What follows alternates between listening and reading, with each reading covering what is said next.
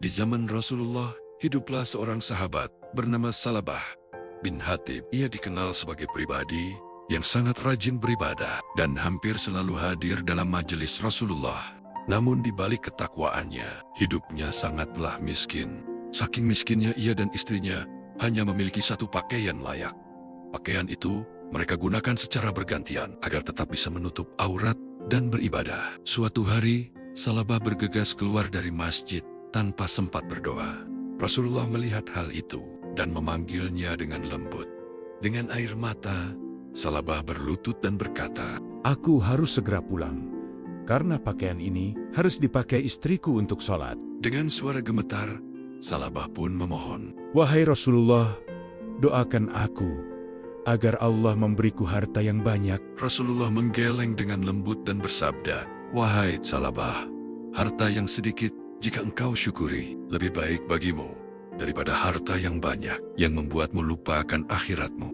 Namun Salabah terus memohon berkali-kali, dan Salabah pun bersumpah, Demi Allah, wahai Rasulullah, jika Allah memberiku harta, aku akan menunaikan semua haknya, dan aku tidak akan melalaikan kewajibanku. Akhirnya, Rasulullah mendoakannya dan memberikan sepasang kambing kepadanya. Kambing-kambing itu berkembang biak dengan sangat cepat. Dari kandang kecil, berubah menjadi peternakan yang sangat besar. Karena ternaknya semakin banyak, Salabah pindah dari Madinah ke desa yang lebih luas. Semakin kaya dirinya, semakin jauh pula ia dari masjid. Ia mulai meninggalkan majelis Rasulullah dan mulai meninggalkan sholat berjamaah.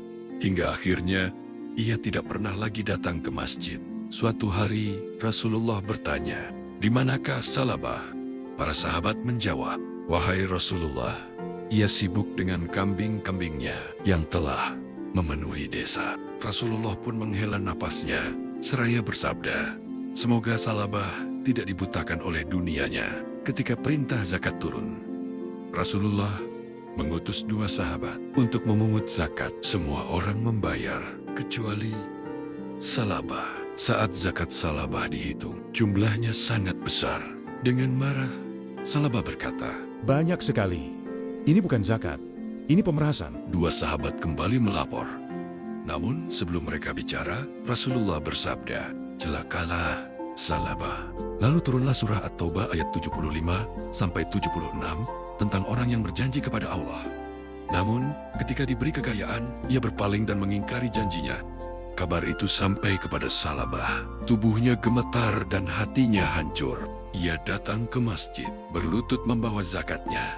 Namun Rasulullah bersabda, "Allah melarangku menerima zakatmu." Setelah Rasulullah wafat, Salabah membawa zakatnya kepada Abu Bakar. Abu Bakar berkata, Jika Rasulullah tidak menerimanya, bagaimana mungkin aku menerimanya? dan saat berganti kekhalifahan Umar, Umar pun juga menolak. Dan saat kekhalifahan Utsman bin Affan, Utsman pun juga menolaknya. Sejak hari itu, Salabah hidup dalam penyesalan. Hingga akhirnya, Salabah wafat, membawa tangisan dan penyesalan yang terlambat.